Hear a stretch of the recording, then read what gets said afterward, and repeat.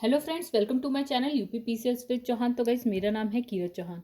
दोस्तों, यहाँ हम कर रहे हैं घटना चक्र 2021 की सीरीज, जिसमें हम कर रहे हैं भारतीय राज्य व्यवस्था एवं शासन का चैप्टर नंबर 26 का पार्ट 2 करेंगे आज हम। और जो चैप्टर है वो है हमारा सर्वोच्च न्यायालय यानी कि सुप्रीम कोर्ट। तो गाइस, ये है आपका सिलेबस। चलिए आइए देख लेते हैं सिलेबस में क्या है। आप दोनों साइड देखते हुए चलिएगा। तो गाइज, हम अभी जो है कौन से चैप्टर पे पहुंच गए बिना किसी चैप्टर को स्किप किए हुए? सर्वोच्च न्यायालय यानी कि चैप्टर नंबर 26 पे आ गए हैं गाइज। थोड़ा सा बड़ा है, 100 क्वेश्चन हैं, तो फटाफट से कर लेते हैं। चलिए गाइस, अगर आपको वीडियो पसंद है तो वीडियो को करिएगा लाइक। गाइस, ये है इसके नोट्स, तो हम कर चुके हैं इसे कंप्लीट, और अप्रॉक्स 10 क्वेश्चंस तक हम इसे कंप्लीट कर चुके हैं। आज क्वेश्चन नंबर 11 से करेंगे। गाइस, अगर आपको वीडियो पसंद आती है तो प्लीज़ वीडियो को लाइक करिएगा, कमेंट करके ज़रूर बताइएगा आपको वीडियो कैसी लगी। एंड चैनल को सब्सक्राइब नहीं किया है तो कर लीजिएगा। चलिए, तो अब जो नेक्स्ट क्वेश्चन है यानी कि क्वेश्चन नंबर 11, तो इसमें लिखा है उच्चतम न्यायालय के न्यायाधीश किस प्रकार जो है हटाए जा सकते हैं। देखिए, इनकी नियुक्ति कौन करता है? राष्ट्रपति करता है। लेकिन हटाया कैसे जाता है इनको? देखिए, लिखा है राष्ट्रपति के द्वारा संसद की सिफारिश पर। मतलब हटाया भी राष्ट्रपति के द्वारा जाता है, लेकिन सिफारिश की जरूरत होती है किसकी? संसद की। आइए देखें क्या प्रक्रिया, काफ़ी बड़ी प्रक्रिया है, तो चुटपुट नहीं है ये। देखिए, इसमें लिखा है जो सर्वोच्च न्यायालय, तो सर्वोच्च न्यायालय के किसी न्यायाधीश को राष्ट्रपति द्वारा साबित कदाचार या असमर्थता के आधार पर जो है संसद की सिफारिश पर हटाया जा सकता है। यानी कि कारण तो ये हमने देख लिया, क्या? साबित कदाचार या फिर असमर्थता, ये हो गया आधार जिस पे हम हटा सकते हैं किसे? सर्वोच्च न्यायालय के न्यायाधीश को। फिर लिखा है उच्चतम न्यायालय के किसी न्यायाधीश को जो है साबित कदाचार और असमर्थता के आधार पर हटाए जाने के लिए संसद के प्रत्येक सदन द्वारा अपनी कुल सदस्य संख्या के बहुमत द्वारा तथा उपस्थित और मत देने वाले जो सदस्य हैं उसके कम से कम 2/3 बहुमत द्वारा समर्थित जो है समावेदन यानी कि एड्रेस को राष्ट्रपति के समक्ष भेजना होता है। और ऐसे समावेदन के राष्ट्रपति के समक्ष उसी सत्र में रहे जाने पर राष्ट्रपति के आदेश से उस न्यायाधीश को पद से हटाया जा सकता है। देखिए क्या कह रहा है ये, और ये सब आता है आर्टिकल नंबर 124(4) में आता है। देखिए, इसने कहा कि दोनों सत्रों में, देखिए ये बंदा है, ये है न्यायाधीश, कहाँ का है? सुप्रीम कोर्ट का। इसको हटाना है हमें। तो गैस, यहाँ पे हमारे पास 2 सदन होते हैं, लोकसभा भी होता है, राज्यसभा भी होता है। हमें क्या करना है कि दोनों सदनों में क्या है, जितने भी सदस्य हैं उसकी बहुमत से हटाए, बहुमत होना चाहिए। ठीक है, बहुमत के बाद इसने कहा जो उपस्थित होते हैं और मत देने वाले जो लाइक नेता होते हैं यानी कि एमपीज होते हैं, ठीक है, उसका 2/3 मत एटलीस्ट हमको चाहिए, और सेम ही सत्र में सारा कुछ काम हो जाना चाहिए। फिर क्या होता है, राष्ट्रपति जब ये देख लेगा हिसाब किताब, कहता है हाँ भैया ये इतना हमें जितना चाहिए था उतने मत हमको मिल चुके हैं, तो राष्ट्रपति क्या करता है? हटा देता है। किसको? ये न्यायाधीश जो है आपके सुप्रीम कोर्ट के। तभी कहा गया है संसद की सिफारिश पे, तो ये एक तरीके से माना जाएगा कि संसद ने सिफारिश की, भैया हटा दो। चलिए, कौन सा आर्टिकल? Article number 124(4). फिर उच्चतम न्यायालय के न्यायाधीश को हटाने तथा तत्व संबंधी जांच की प्रक्रिया का संसदीय विधि द्वारा विनियमन अनुच्छेद 124(5) में है। चलिए, उच्च न्यायालय के न्यायाधीश को हटाने की प्रक्रिया भी यही है, लेकिन बस यहाँ पे संसद का हिसाब किताब नहीं चलता। देखिए क्या लिखा है, महाभियोग। महाभियोग शब्द, जो महाभियोग होता है ना, यानी कि न्यायाधीश को हटाना महाभियोगी होता है। ठीक है, इंग्लिश में बोलते हैं हम इम्पीचमेंट। तो महाभियोग शब्द का प्रयोग क्या है? संविधान में केवल राष्ट्रपति को हटाने के लिए किया गया है। ठीक है, अब लिखा है उच्च न्यायालय उच्चतम न्यायालय के न्यायाधीश को हटाने के लिए महाभियोग शब्द का प्रयोग नहीं किया गया है, और इसके लिए संविधान के अनुसार क्या है? हटाना शब्द है, यानी कि रिमूव है। देखिए, महाभियोग और जो रिमूव है एक ही बात है। ठीक है, तो बस इसने, देखिए महाभियोग और महाभियोग में भी यही सारा चीजें होती हैं। बस ये है कि इस शब्द का यूज हमने किसके लिए किया है? सिर्फ और सिर्फ राष्ट्रपति को हटाने के लिए किया है। बाकी जो उच्चतम न्यायालय के न्यायाधीश और ये सब है, तो इनके लिए हमने क्या यूज किया? हटाना, या फिर इंग्लिश में बोलते हैं रिमूव, और महाभियोग को इंग्लिश में बोलते हैं गाइस इम्पीचमेंट। लिखा है निम्नलिखित कथनों पर विचार की। तो न्यायाधीश जांच अधिनियम 1968 के अनुसार भारत के उच्चतम न्यायालय के किसी न्यायाधीश पर महाभियोग चलाने के प्रस्ताव को लोकसभा के अध्यक्ष द्वारा क्या है? अस्वीकृत नहीं किया जा सकता। चलिए,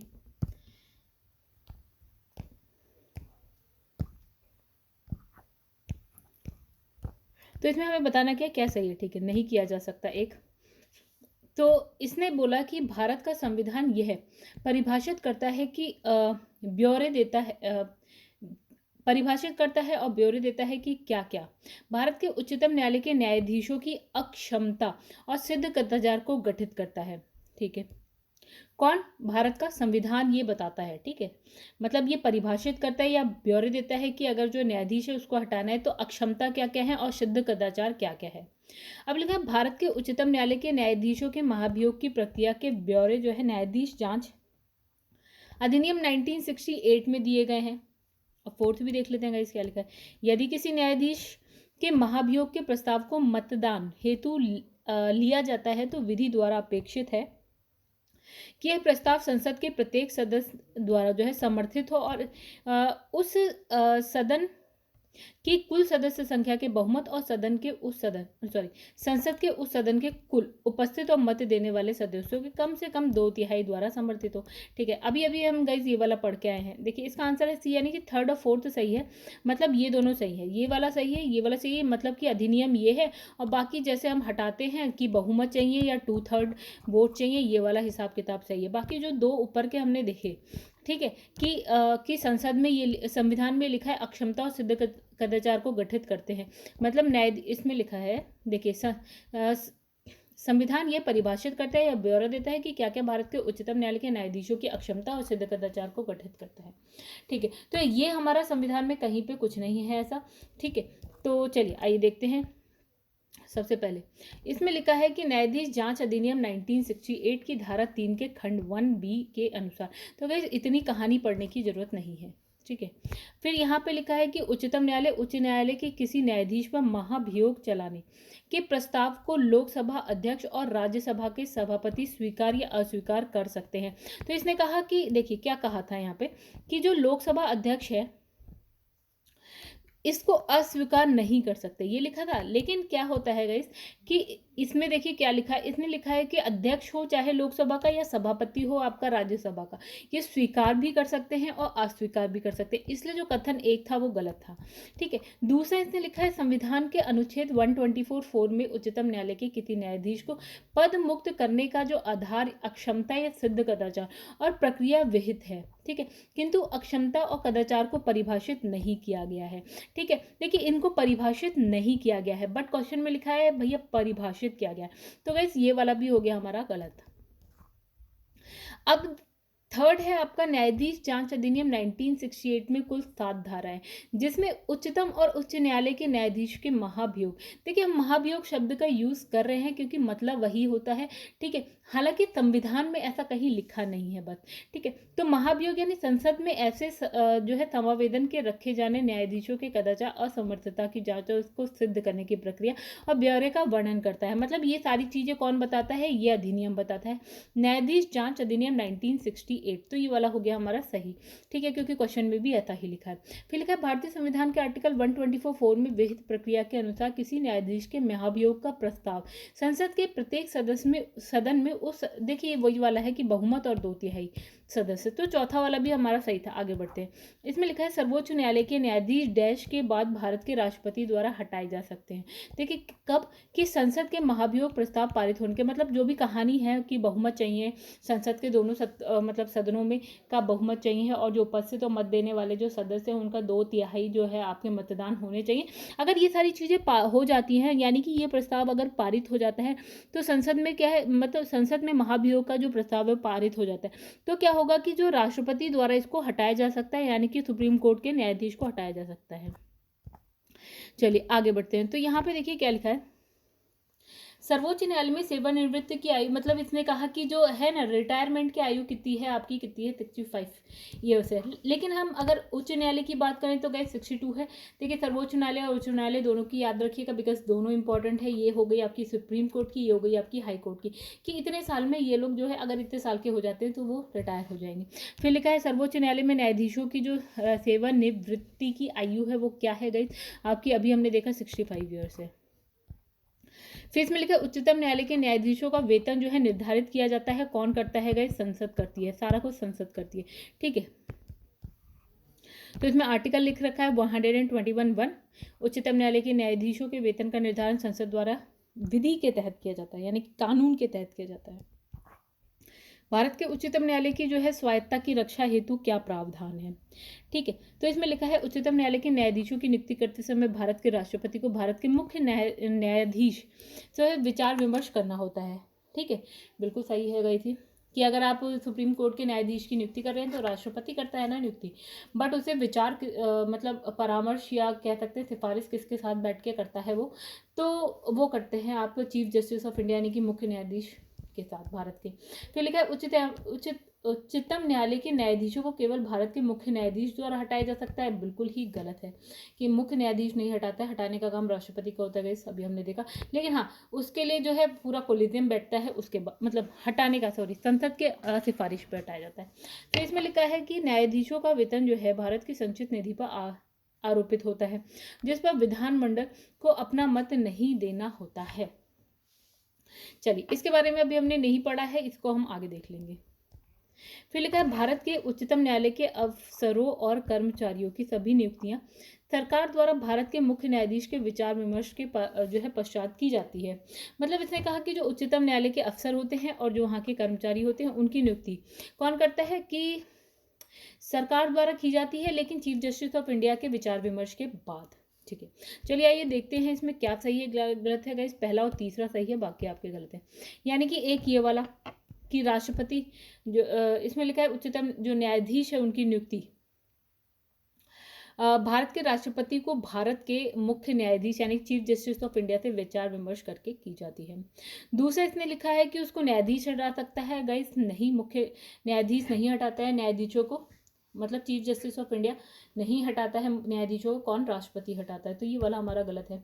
तीसरा, न्यायाधीशों के वेतन भारत की संचित निधि पर आरोपित होते हैं और विधानमंडल को अपना मत नहीं देना होता है। तो ये वाला सही है गाइस हमारा। और जो चौथा वाला हमने देखा कि जो ये है कि जो भारत के उच्चतम न्यायालय और के जो अफसर हैं या जो ये हैं आपके कर्मचारी हैं, उनकी जो नियुक्ति है सरकार के द्वारा मुख्य न्यायाधीश के विचार विमर्श के पश्चात होती, तो ये गलत है। आइए देखते हैं इनकी व्याख्या एक बार। तो यहाँ लिखा है कि उच्चतम न्यायालय को देश के संविधान का प्रहरी माना जाता है, अतः इसकी जो है स्वायत्ता को बनाए रखने के लिए संविधान में कई उपबंध जो है मौजूद हैं। फिर जैसे उच्चतम न्यायालय के न्यायाधीश की नियुक्ति करते समय राष्ट्रपति को उच्चतम न्यायालय के मुख्य न्यायाधीश से परामर्श करना आवश्यक होता है। एक चीज हो गई, ठीक है। फिर न्यायाधीशों को राजनीति के प्रभाव से दूर रखने के लिए क्या होता है कि जो उसका वेतन होता है ना, वो होता है भारत के संचित निधि पे भारित, कि मतलब न्यायाधीशों पे जो नेता है ना वो भारी ना पड़ जाए। इसलिए देखिए भारी कैसे पड़ सकते हैं, सिर्फ और सिर्फ पैसों को लेके ही भारी पड़ा जा सकता है, या उनको टाइम से पहले हटा के ही भारी पड़ा जा सकता है। तो इन्होंने क्या प्रावधान किया, भैया वेतन पे तो कोई नेता कुछ कर ही नहीं सकता है, जो हिसाब किताब है वो भारत की संचित निधि पे होगा, तो वो फ्री है। ठीक है, तो ये दो। अब जिसके लिए क्या संसद में मतदान नहीं होता है, मतलब अगर हम उसकी वेतन की बात करें तो संसद में इसके लिए कोई मतदान नहीं है, इस बारे में बात नहीं की जाती। तो इसने कहा पहला तीसरा सही है, दूसरा और चौथा क्या है, सही नहीं है, यानी कि गलत है। फिर देखते हैं आगे। लिखा है संसद भारत के उच्चतम न्यायालय की अधिकारिकता को जो है विस्तारित नहीं कर सकती, क्योंकि उसकी अधिकारिकता वही है जो संविधान ने जो है प्रदान की है। ठीक है, चलिए देखते हैं। अधिकारिकता की बात हो रही है, इसने कहा संसद जो है इसको बढ़ा नहीं सकती, इसकी जो अधिकारिकता उतनी है जितनी आपके संविधान में लिखी हुई है, ये कहा इसने। लिखा है उच्चतम न्यायालय और उच्च न्यायालय के अधिकारी और जो सेवक हैं वो संबद्ध मुख्य न्यायमूर्ति द्वारा नियुक्त किए जाते हैं।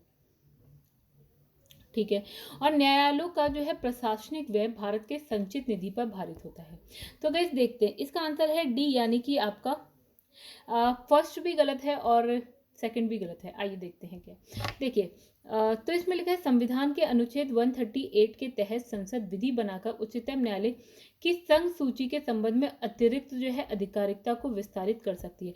तो पहले में लिखा था कि संसद जो है उसकी अधिकारिकता को विस्तारित नहीं कर सकती, नहीं गाइस, बिल्कुल कर सकती है, विधि बनाकर कानून बनाकर कर सकती है, इसलिए पहला वाला हो गया गलत।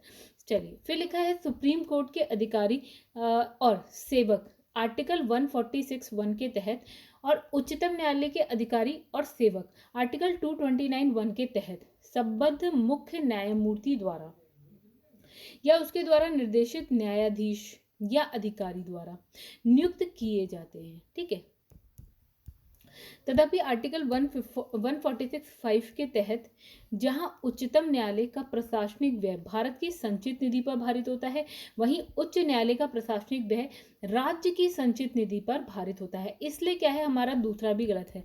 देखिए क्या बोला इसने यहाँ पे, किसने बोला कि न्यायालयों का जो प्रशासनिक व्यय भारत की संचित निधि पे, तो क्या सुप्रीम कोर्ट का जो भारत की संचित निधि पे होता है, लेकिन हाई कोर्ट का राज्य की संचित निधि पे होता है, ना कि भारत की संचित निधि पे होता है। चलिए आगे बढ़ते हैं। तो गाइस नेक्स्ट इसमें लिखा है सेवानिवृत्त होने के पश्चात सर्वोच्च न्यायालय के न्यायाधीश वकालत कर सकते हैं। तो गाइस इसका आंसर है कि किसी भी न्यायालय में नहीं कर सकते, तो ये हम पढ़ चुके हैं इनफैक्ट। फिर इसमें लिखा है, जैसे लाइक इसमें लिखा है कि सर्वोच्च न्यायालय के अनुच्छेद 124(7) के अनुसार अगर रिटायर हो जाता है कोई न्यायाधीश सर्वोच्च न्यायालय का मतलब सुप्रीम कोर्ट का, तो वह किसी भी न्यायालय में जो है वकालत नहीं कर सकता। आर्टिकल 220 के अनुसार क्या है, उच्च न्यायालय के न्यायाधीश सेवानिवृत्त होने के बाद उच्चतम न्यायालय में या अन्य उच्च न्यायालयों में क्या है वकालत कर सकते हैं। मतलब इसने कहा सुप्रीम कोर्ट वाले तो नहीं कर सकते, बट हाई कोर्ट वाले कर सकते हैं, सुप्रीम कोर्ट में भी और अन्य न्यायालयों में भी कर सकते हैं। अन्य उच्च न्यायालयों में, जिस उच्च न्यायालय में वो स्थायी न्यायाधीश रहे हो उसमें नहीं कर सकते, मतलब जिसमें वो न्यायाधीश रहा हो बंदा, ठीक है, बस उसको छोड़ के बाकी जो उच्च न्यायालय है ना, हाई कोर्ट, उसमें वो कर सकते हैं। अब लिखा है भारत के सर्वोच्च न्यायालय के कार्यवाहक मुख्य न्यायाधीश की नियुक्ति करता है। कौन करता है गाइस? नियुक्ति करने का काम होता है राष्ट्रपति, ठीक है।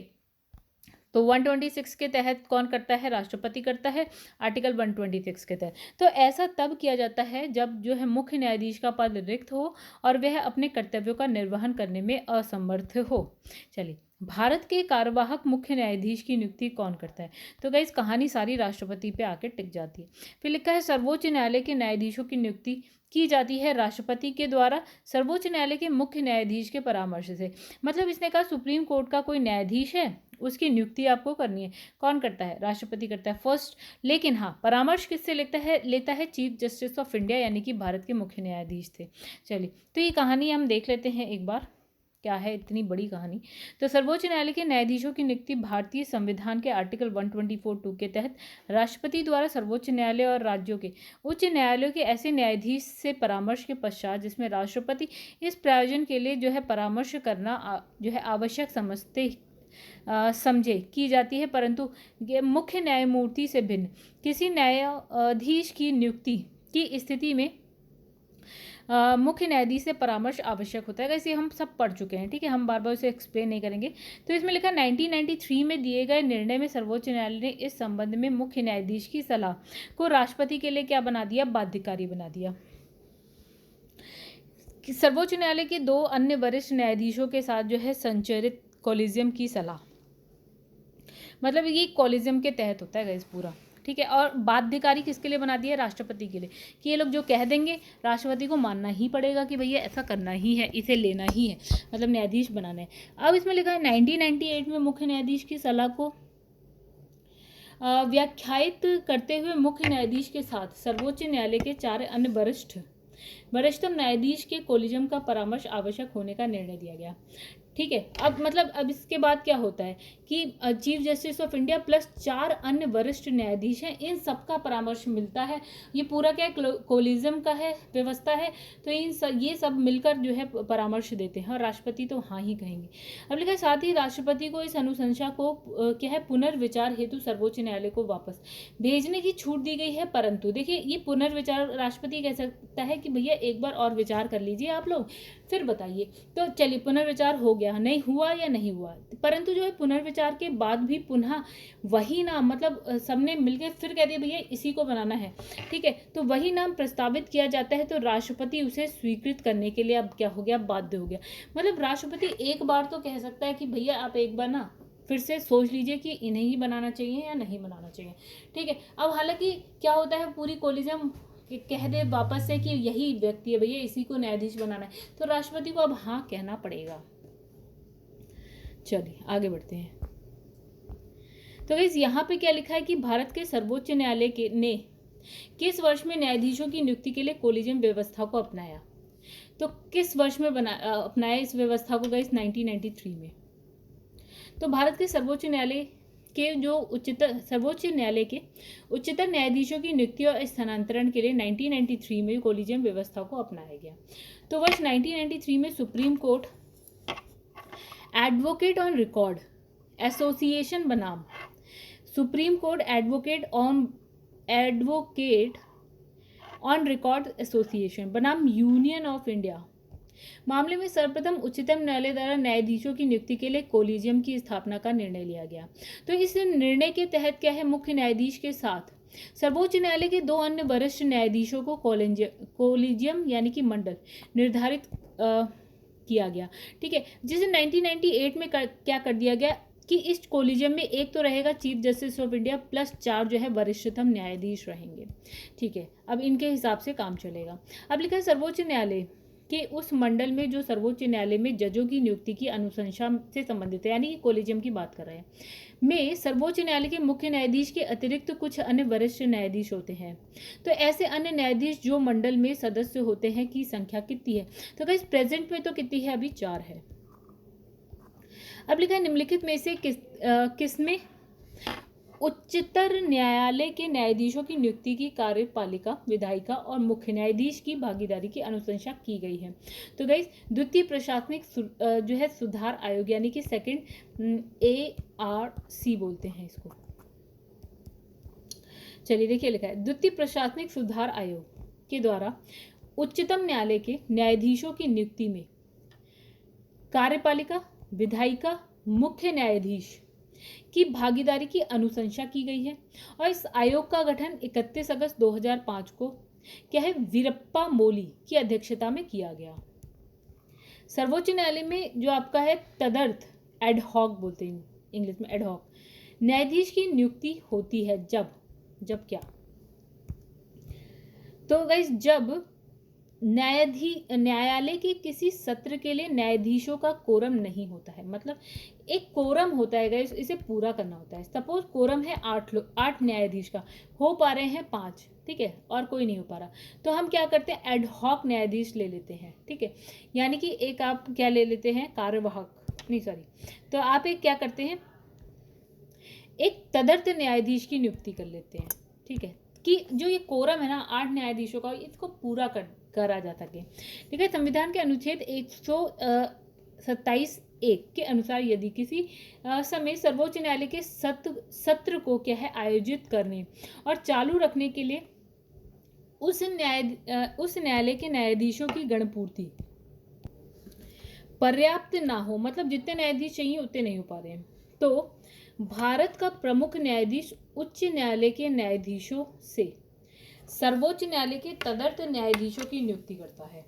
वे ऐसा राष्ट्रपति की पूर्व सहमति और संबंधित उच्च न्यायालय के जो मुख्य न्यायाधीश होते हैं उनके परामर्श के बाद करता है। यानी परामर्श किस किस से ले रहा है, एक तो जिस हाई कोर्ट से वो उठा रहा है, दूसरा आपका जो प्रेसिडेंट है जो हाई कोर्ट से उठा रहा है उसमें जो चीफ जस्टिस है वो उससे परामर्श, और आपके प्रेसिडेंट से परामर्श के बाद ही करता है। तो तदर्थ न्यायाधीशों की नियुक्ति संबंधी प्रावधान केवल सर्वोच्च न्यायालय के संदर्भ में है, अन्य न्यायालय के लिए नहीं है। मतलब ये कहानी जो है सुप्रीम कोर्ट के लिए ही चलेगी, बाकी किसी कोर्ट के लिए नहीं चलेगी। मतलब आपका हाई कोर्ट में भी ऐसा होता है तो नहीं। भारतीय संविधान में तदर्थ न्यायाधीशों की नियुक्ति का प्रावधान है, सर्वोच्च न्यायालय में है, क्या हाई कोर्ट में भी है? नहीं, सिर्फ सर्वोच्च न्यायालय। उच्चतम न्यायालय में क्या है, संविधान के निर्वचन से संबंधित मामले की सुनवाई करने के लिए न्यायाधीशों की संख्या कम से कम कितनी होनी चाहिए? तो गाइस कितनी होनी चाहिए? कम से कम हो गई हमारे पास 5, तो कम से कम 5 हो गई। चलिए आइए देखते हैं इसमें कहानी क्या है। तो संविधान के आर्टिकल 145(3) के तहत प्रावधान है कि जिस मामले में इस संविधान के निर्वचन के बारे में विधि का कोई सावधान प्रश्न जो है अंतर्वलित है, उसका विनिश्चय करने के लिए संविधान के अनुच्छेद 143 के अधीन निर्देश के लिए जो है सुनवाई करने हेतु बैठने वाले न्यायाधीशों की संख्या न्यूनतम कितनी होनी चाहिए? गाइस 5 होनी चाहिए, ये हम नोट्स में पढ़ चुके हैं। तो इसी प्रकार उच्चतम न्यायालय में संविधान के निर्वचन से संबंधित मामले में सुनवाई करने के लिए न्यायाधीशों की संख्या कम से कम 5 होनी चाहिए। इसे संविधान पीठ यानी कि कॉन्स्टिट्यूशन बेंच भी बोलते हैं के रूप में अभिहित किया जाता है, यानी कि बुलाया जाता है। बेंच भी बोलते हैं या संविधान पीठ कह दीजिए आप। फिर लिखा है संविधान के निर्वचन के बारे में विधि के सारवान प्रश्न के संबंधित वाद पर विचार करने के लिए उच्चतम न्यायालय के न्यायाधीशों की संख्या कम से कम कितनी होनी चाहिए? ठीक है, 5 होनी चाहिए गाइस। चलिए नेक्स्ट क्वेश्चन पे आ जाते हैं हम लोग। व्याख्या काफी बड़ी बड़ी है दोस्तों, इंपॉर्टेंट चैप्टर है वैसे ही। लिखा है केंद्र और राज्य के बीच होने वाले विवादों का निर्णय करने की जो भारत के उच्चतम न्यायालय की शक्ति किसके अंतर्गत आती है? तो गाइस किसके अंतर्गत आती है? मूल अधिकारिकता के अंतर्गत। मतलब किसके? सुप्रीम कोर्ट की मूल अधिकारिकता के अंतर्गत आती है। कौन से विवाद गाइस? जैसे सेंटर यानी कि केंद्र और किसी स्टेट के बीच में कोई विवाद चल रहा हो, या सेंटर या फिर एक या एक से ज्यादा स्टेट के बीच में कोई विवाद चल रहा हो, या फिर कोई एक स्टेट है और दूसरा स्टेट है, इसके बीच में कोई विवाद चल रहा हो, या कोई एक स्टेट है और एक से ज़्यादा स्टेट्स हैं तो उनके बीच में कोई विवाद चल रहा हो, तो कुछ इस तरह से है ना। तो इसके लिए जो अधिकारिकता मतलब जो अधिकार है इस विवाद को सुलझाने का, तो वो सुप्रीम कोर्ट के पास है। ठीक है, देखो तो यहाँ पे विवाद किस किस के बीच में? भारत सरकार या एक या अधिक राज्यों के बीच हो गया, एक और भारत सरकार और किसी राज्य और राज्यों और दूसरी और एक या अधिक राज्यों के बीच हो गया, दो या अधिक राज्यों के बीच किसी विवाद में, यदि उस विवाद में कोई ऐसा प्रश्न अंतर्निहित है जिस पर किसी विधिक अधिकार का अस्तित्व या विस्तार निर्भर है, तो वहां तक अन्य न्यायालयों का जो है अपवर्जन करके जो है सुप्रीम कोर्ट यानी कि उच्चतम न्यायालय को मूल अधिकारिकता प्राप्त है। तो समझ लीजिए कि जो ये ऐसे विवाद हैं उसके लिए कौन किसके अधिकार क्षेत्र में आता है उसको सुलझाना, तो सुप्रीम कोर्ट के अधिकार क्षेत्र में आता है। लेकिन निम्नलिखित में से कौन से उच्चतम न्यायालय के आरंभिक अधिकारिकता में आते हैं? तो गाइस ये फिर वही क्वेश्चन देखिए, भारत सरकार और एक या अधिक राज्यों के बीच विवाद, संसद के किसी भी सदन या राज्य विधानमंडल में हुए चुनाव पर विवाद। ठीक है, मतलब इसने कहा कि जो चुनाव होते ना उस पर अगर विवाद है तो उसको सुलझाने का काम किसका है? तो वो भी किसका है? आपका सुप्रीम कोर्ट का है। भारत सरकार किसी संघ राज्य क्षेत्र के बीच अगर विवाद होता है तो मतलब भारत सरकार गवर्नमेंट ऑफ इंडिया और यूनियन टेरिटरीज के बीच में होता है कोई विवाद, तो उसको सुलझाने का काम कौन करता है? दो या अधिक राज्यों के बीच में कोई विवाद है तो उसको सुलझाने का काम कौन करता है? तो देखिएगा इसका आंसर है सी, यानी कि आपके इतने कहा सही बताओ। तो सी में देखिए पहला सही है, कोई भारत सरकार और एक या अधिक राज्यों के बीच विवाद है तो वो उसकी अधिकारिकता में आता है, राइट, सुप्रीम कोर्ट की। और चौथा हमने कहा दो या अधिक राज्यों के बीच विवाद है तो वो भी इसकी अधिकारिकता में आता है। ये इसकी व्याख्या हम ऊपर पढ़ चुके हैं। ठीक है, तो हालांकि ये वाली भी शक्ति किसके पास है? सुप्रीम कोर्ट के पास है। ठीक है, तो इसमें तो गाइस कुछ ऐसा हिसाब किताब नहीं है। ठीक है, तो हमने अधिकारिकता की बात करी है तो पहला और चौथा सही है, बाकी आपके गलत है। भारत के सर्वोच्च न्यायालय की शक्ति के विषय में निम्नलिखित में से कौन सा कथन सही नहीं है? तो इसमें लिखा है ए सही नहीं है, मतलब इसके पास जनता के मूल अधिकारों की रक्षा के लिए आदेश जारी करने की अनन्य शक्ति है। अब इसको समझिए अनन्य शक्ति क्या है। तो गाइस इसने कहा क्या, अगर मूल अधिकारों का उल्लंघन होता है जनता के, ये एक आदमी है इसके मूल अधिकार का उल्लंघन होता है, तो क्या इसके तहत कार्रवाई करने की सिर्फ और सिर्फ शक्ति क्या सुप्रीम कोर्ट के ही पास है? नहीं गई, सिर्फ और सिर्फ का मतलब हो गया अनन्य शक्ति, राइट? नहीं, अगर ऐसा कुछ होता है मूल अधिकारों के लिए अगर किसी आदमी को जाना है तो वो अपना हाई कोर्ट भी जा सकता है और सुप्रीम कोर्ट भी जाता है, दोनों के पास शक्तियां हैं। अनन्य का मतलब हो गया सिर्फ और सिर्फ क्या इसी के पास है? तो नहीं, तो ये हो गया गाइस गलत, तो यही आपका गलत है।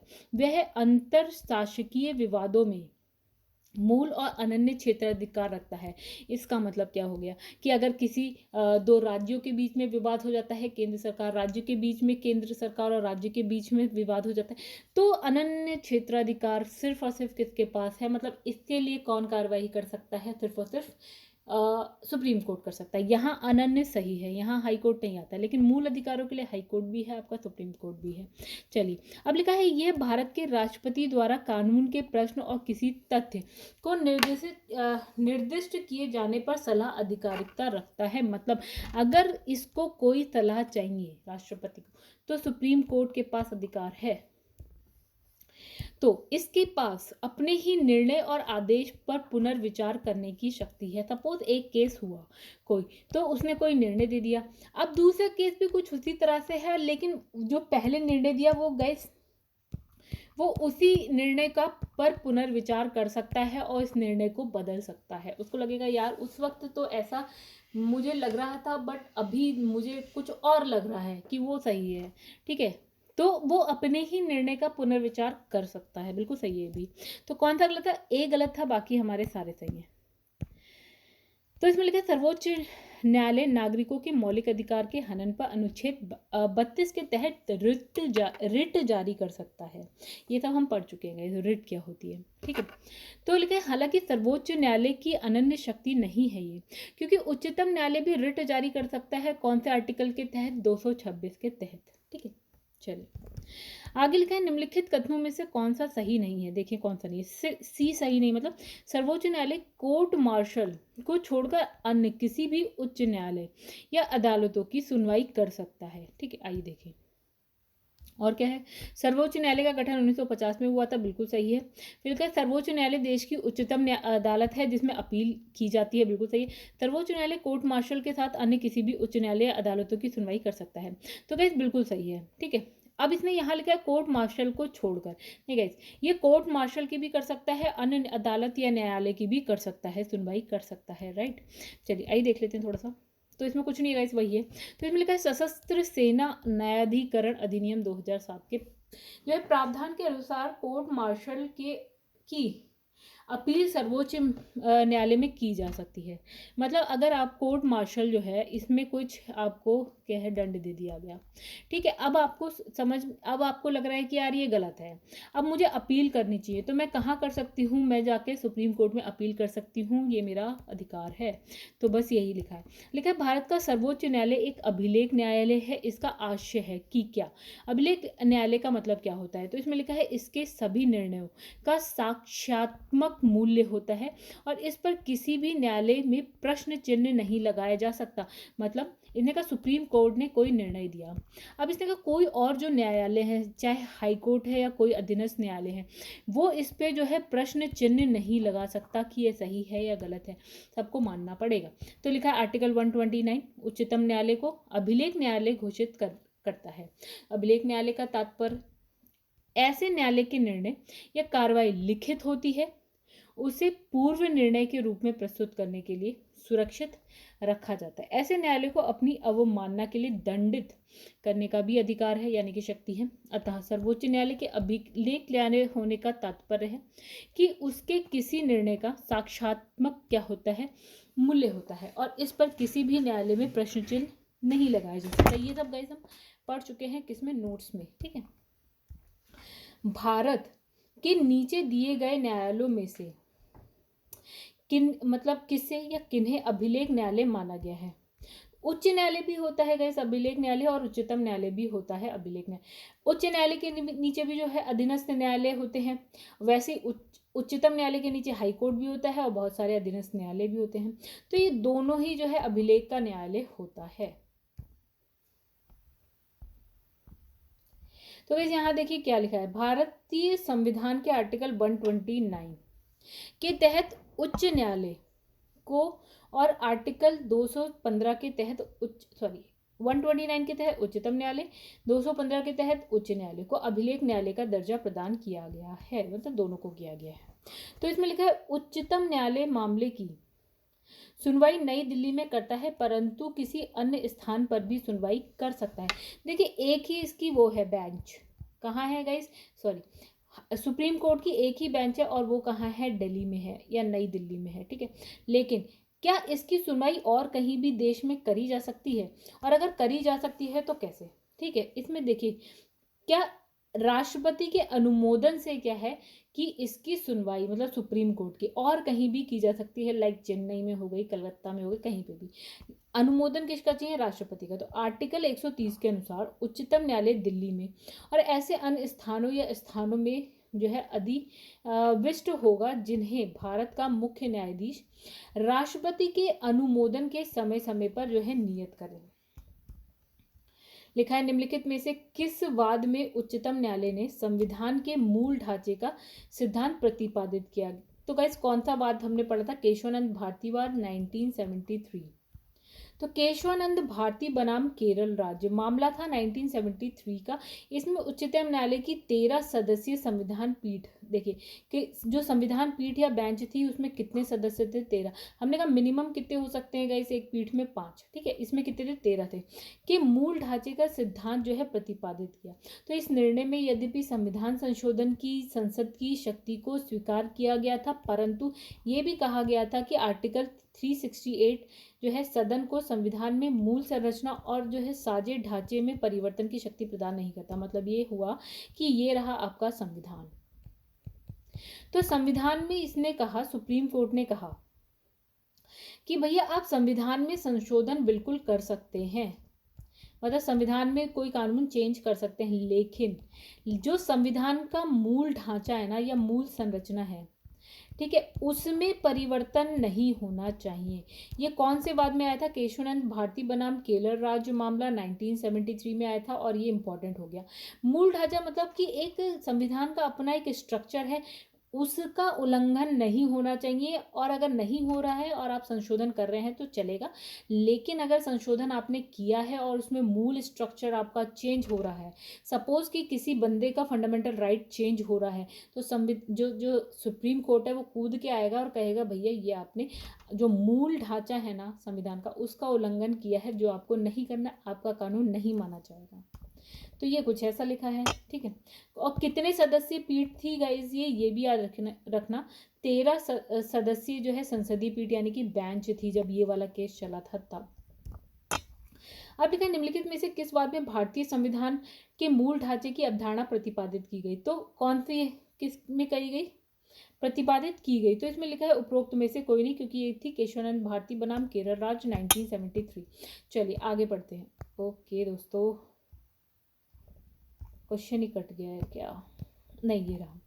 चलिए क्वेश्चन देखते हैं। इसमें भारतीय संविधान के निम्नलिखित अनुच्छेदों में से कौन सर्वोच्च न्यायालय द्वारा संविधान का अनुल्लंघनीय मौलिक ढांचा घोषित किया गया। तो आर्टिकल अनुल्लंघनीय मतलब जिसे उल्लंघन नहीं किया जा सकता, मौलिक ढांचा घोषित किया गया। तो लिखा है 32, आर्टिकल 32, 226, 227 एंड 245। अब कहानी तो ये है कि हमें पता ही नहीं है ये सारे आर्टिकल में क्या है। चलिए तो इसका आंसर है 1, 2, 3। चलिए देखते हैं क्या है। देखिए 32 और मे बी 226 आप लोग को पता हो।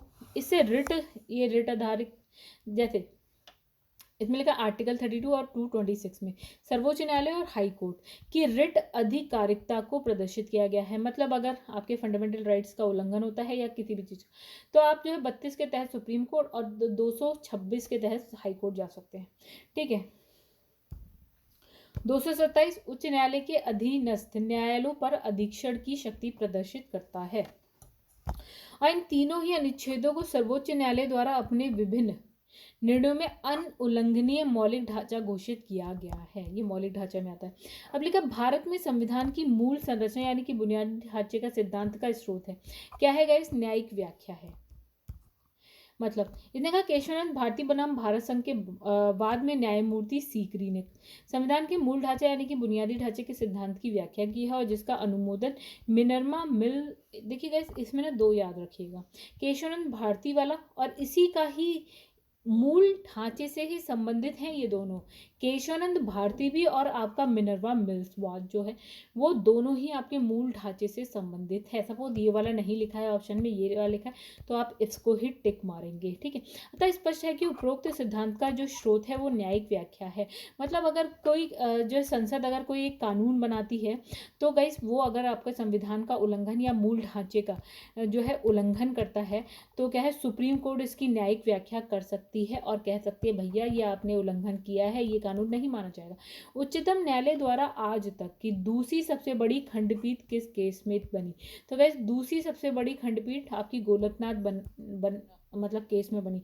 देखिए जो आपकी सबसे बड़ी बनी थी वो यही वाली थी आपकी केशवानंद भारती वाली, जिसमें 13 न्यायाधीश बैठे थे एक बेंच में, ठीक है। और जो दूसरे नंबर पे आती है जिसमें सबसे ज़्यादा न्यायाधीश बेंच में बैठे हैं वो आपका है दूसरा उच्चतम न्यायालय द्वारा दूसरी सबसे बड़ी जो है खंडपीठ है 11 न्यायाधीशों की है, जो कि है गोलकनाथ बनाम पंजाब राज 1967। इसके बारे में हम पहले किसी एक चैप्टर में पढ़ चुके हैं दोस्तों, ठीक है। अब नेक्स्ट बात है, निम्नलिखित में से किस वाद में उच्चतम न्यायालय ने यह धारणा व्यक्त की कि मूल अधिकार व्यक्ति को जैसा उसे सबसे अच्छा लगे उस तरह अपनी जिंदगी की रूपरेखा तैयार करने के लिए सक्षम बनाता है। कौन सा बात था? तो गाइस वो था आपका गोलकनाथ बनाम स्टेट ऑफ पंजाब। कौन सा बात था?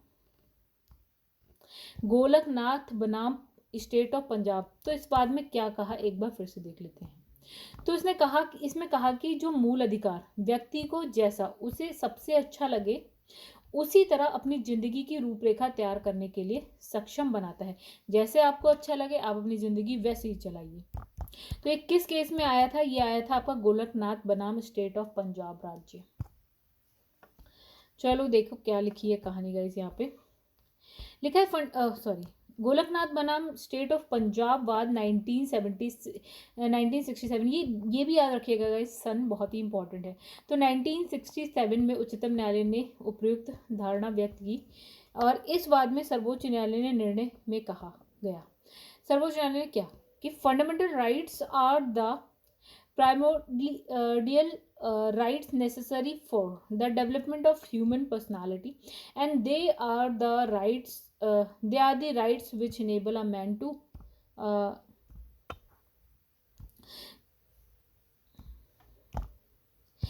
तो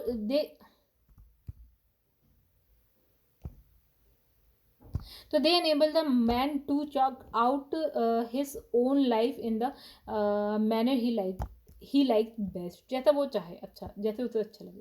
तो इसमें लिखा है वाद और उस वाद में उच्चतम न्यायालय की व्याख्या के त्रुटिपूर्ण युग्म को पहचानिए। तो लिखा है इंदिरा साहनी वाद और लिखा है विशाखावाद, मेनका गांधी वाद और बेला बनर्जी वाद। चलिए गाइस इसमें हम थोड़ा सा अब इसमें क्या बताना है, त्रुटिपूर्ण युग्म बताना है हमें, ठीक है। कौन सा गलत है? देखिए इंदिरा साहनी में कहा क्या कहा कि अन्य पिछड़ा वर्ग यानी कि OBC के लिए क्या है चिकनी परत यानी कि क्रीमी लेयर की बात कही गई। किसमें? जैसे चिकनी लेयर या क्रीमी लेयर क्या होती है? जैसे इसमें कहा कि भैया जो OBC में हम किस किस को आरक्षण देंगे जिसकी जो एनुअल इनकम फैमिली की कितनी है 8 लाख है, ठीक है। 8 लाख से कम है तो हम उसको क्या है आरक्षण दे देंगे, ठीक है, कोटा दे देंगे। बट 8 लाख से ज़्यादा है OBC में ही तो हम उसको कोटा नहीं देंगे। तो जो ज़्यादा वाली हो गई उसको हम बोल देते हैं क्रीमी लेयर या चिकनी परत, तो कहीं नहीं होता है गाइस, क्रीमी लेयर बोल देते हैं उसको, ठीक है। अब लिखा है विशाखावाद में क्या कि अपने कार्यस्थल पर यौन उत्पीड़न से कामकाजी महिलाओं का संरक्षण, मतलब जो गाइस उन्हें क्या है उनके साथ जो कुछ भी गलत या उन्हें फेस करना पड़ता है शोषण समझ लीजिए, ठीक है। तो उसके बारे में हम किस वाद में देखते हैं? विशाखावाद में देखते हैं। फिर हम मेनका गांधी वाद में कहा कि जो आर्टिकल 14 है, ठीक है, आर्टिकल 19 है और आर्टिकल 31 परस्पर क्या है अपवर्जी नहीं है, ठीक है। और इसमें लिखा है बेला बनर्जी वाद, इसमें लिखा है विदेश यात्रा का अधिकार दैहिक स्वतंत्रता का भाग है। तो गाइस ये इस वाले केस में नहीं था, हालांकि ये अगर देखा जाए तो ये इस वाले केस में था ना कि इस वाले केस में था। चलिए आइए देखते हैं। तो इसमें लिखा है डी युग्म क्या है त्रुटिपूर्ण यानी कि गलत है। बेला बनर्जी वाद बनाम क्या पंजाब वेस्ट बंगाल भूमि विकास और नियोजन अधिनियम 1948 से संबंधित है। विदेश यात्रा का अधिकार दैहिक स्वतंत्रता का भाग के रूप में उच्चतम न्यायालय द्वारा कौन से में मेनका गांधी वाद में ही माना गया था, आर्टिकल 21, ठीक है। आइए आगे बढ़ते। लिखा निम्नलिखित कथनों पर विचार कर बताइए कि इसमें से कौन एक सही है। चलो गाइस देख लेते हैं कौन सा डी सही है। मतलब यह मूल अपीलीय परामर्श संबंधी क्षेत्राधिकार रखता है, ओके। देखिए इसमें लिखा भारतीय संविधान के आर्टिकल 131 के तहत सर्वोच्च न्यायालय के मूल क्षेत्राधिकार आर्टिकल 132 से लेकर 136 के तहत अपीलीय क्षेत्राधिकार और 143 के तहत परामर्श संबंधी जो क्षेत्राधिकार का विवरण किया गया है, विवरण है। ठीक है, अब लिखा है भारतीय संविधान का कौन सा अनुच्छेद संवैधानिक विवाद में सर्वोच्च न्यायालय के अपीलीय क्षेत्राधिकार से संबंधित है? कौन सा अनुच्छेद है गाइस? तो आइए, तो इसका आंसर है सी, यानी कि आर्टिकल 134A को मिलाकर 132 को पढ़ें, मतलब इन दोनों को मिलाकर पढ़ें।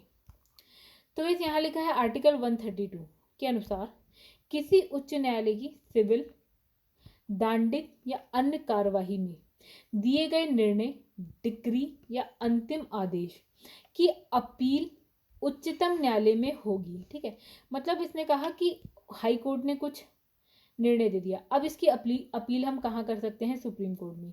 यदि वे उच्च न्यायालय के अनुच्छेद 134A के तहत ये प्रमाणित कर देता है कि उस न्यायालय में संविधान के निर्वचन के बारे में विधि का कोई सारवान प्रश्न अंतर्विलित है तो, ठीक है, किसका? संविधान के निर्वचन के बारे में विधि का कोई सारवान प्रश्न अंतर्निहित है तो आप अपील कर सकते हैं हाई कोर्ट से सुप्रीम कोर्ट में। जबकि आर्टिकल 133 केवल सिविल विषय के अपील से संबंधित है। ठीक है, फिर 134A जो है उच्चतम न्यायालय में अपील के लिए उच्च न्यायालय के प्रमाण पत्र का उल्लेख करता है, मतलब आप उच्च न्यायालय से एक प्रमाण पत्र लेके अपील कर सकते हैं सुप्रीम कोर्ट में। तो इस प्रकार संवैधानिक विवाद में आर्टिकल 134A को अनुच्छेद 132 के साथ मिलाकर पढ़ने से सर्वोच्च न्यायालय के अपीलीय क्षेत्राधिकार का क्या होता है? सृजन होता है। यानी हम 132 को पढ़ें कि सुप्रीम कोर्ट से अपील कर सकते हैं आप, ये कहाँ? हाई कोर्ट में कर सकते, नहीं, हाई कोर्ट से सुप्रीम कोर्ट में अपील कर सकते हैं। दूसरा कि कारण भी एक होना चाहिए ना कि संविधान के निर्वचन के बारे में विधि का कोई सारवार पर अंतर्निहित होता है, और आप एक प्रमाण पत्र लेके कहाँ पहुँच सकते हैं? सुप्रीम कोर्ट पहुँच सकते हैं। तो इन दोनों को मिला के करते हैं। फिर लिखा है संविधान की व्याख्या से संबंधित सभी विवाद सर्वोच्च न्यायालय के पास लाए जा सकते हैं। इसके अपीलीय क्षेत्राधिकार के अंतर्गत आता है। ये किसके अपीलीय क्षेत्राधिकार के? सुप्रीम कोर्ट के। तो यहाँ लिखा है उच्चतम न्यायालय भारत के राज्य क्षेत्र में सभी न्यायालयों से अपील का सर्वोच्च न्यायालय है, और उच्चतम न्यायालय की अपीलीय अधिकारिता को निम्न शीर्षों में जो है विभाजित किया गया है। पहला, संविधान के निर्वचन के मामले में आर्टिकल 132। फिर सिविल मामले जिसमें जो है संवैधानिक प्रश्न चाहे हो या नहीं हो, 133 सिविल मामला। फिर लिखा है आपराधिक दांडिक मामला जिसमें संवैधानिक प्रश्न चाहे हो या नहीं हो, आर्टिकल 134। फिर इसमें लिखा है विशेष इजाजत से अपील, तो 136। ठीक है, तो यहाँ 4 हो गए। एक तो ये हो गया संविधान का निर्वचन, दूसरा सिविल मामला, फिर आपराधिक दांडिक मामला, फिर लिखा है विशेष इजाजत से अपील हो रही है तब। फिर लिखा अतः जो आपका संविधान की व्याख्या से संबंधित सभी विवाद सर्वोच्च न्यायालय के पास इसके अपीलीय क्षेत्राधिकार के अंतर्गत लाए जा सकते हैं। चलिए आगे बढ़ते हैं। फिर लिखा भारत में सुधारात्मक याचिका उच्चतम न्यायालय में निम्न अनुच्छेद के अंतर्गत दाखिल की जा सकती है। सुधारात्मक याचिका कौन सा? आर्टिकल 142।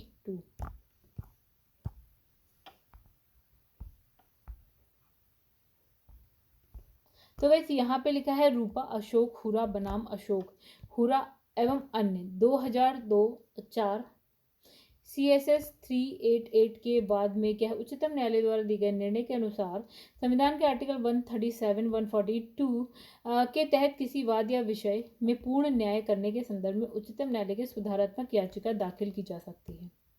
फिर लिखा है यह याचिका सर्वोच्च न्यायालय के किसी अंतिम निर्णय के पश्चात उसकी समीक्षा याचिका के खारिज किए जाने के बाद दाखिल की जा सकती है, और संविधान के आर्टिकल 137 के तहत उच्चतम न्यायालय को अपने द्वारा सुनाए गए निर्णय या दिए गए आदेश का पुनर्विलोकन यानी कि रिव्यू करने और उसे परिवर्तित करने की शक्ति प्राप्त है। चलिए आगे बढ़ते हैं। फिर लिखा है संविधान का कौन सा अनुच्छेद उच्चतम न्यायालय को उसके द्वारा दिए गए जो निर्णय है या आदेश हो उसको पुनर्विलोकन करने का अधिकार देता है? तो कौन सा आर्टिकल है? 137। उच्चतम न्यायालय द्वारा सुनाए गए निर्णय या दिए गए आदेश के पुनर्विलोकन के बारे में निम्नलिखित में से कौन सा कथन सही है? तो वैसे कौन सा सही? इसमें लिखा है बी है, आंसर है उच्चतम न्यायालय को अपने द्वारा सुनाए गए निर्णय या दिए गए आदेश का पुनर्विलोकन करने की शक्ति है, मतलब आर्टिकल 137 के तहत। ठीक है, फिर लिखा है इसकी भारत के सर्वोच्च न्यायालय के निर्णय के संबंध में निम्नलिखित में से क्या सही है। आइए देखते हैं क्या सही है गाइस। ए सही है, यानी कि सर्वोच्च न्यायालय को अपने निर्णय को परिवर्तित करने का अधिकार है। कौन सा आर्टिकल है? आर्टिकल नंबर 137 है गाइस, ठीक है।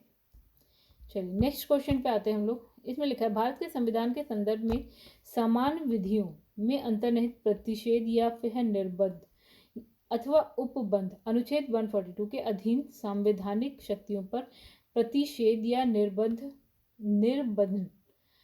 के तहत कार्य नहीं कर सकते। निम्नलिखित में से कौन सा एक इसका अर्थ हो सकता है? तो गाइस इसका आंसर है आपका बी, यानी भारत के उच्चतम न्यायालय अपनी शक्तियों के प्रयोग में संसद द्वारा निर्मित विधियों से बाध्य नहीं है।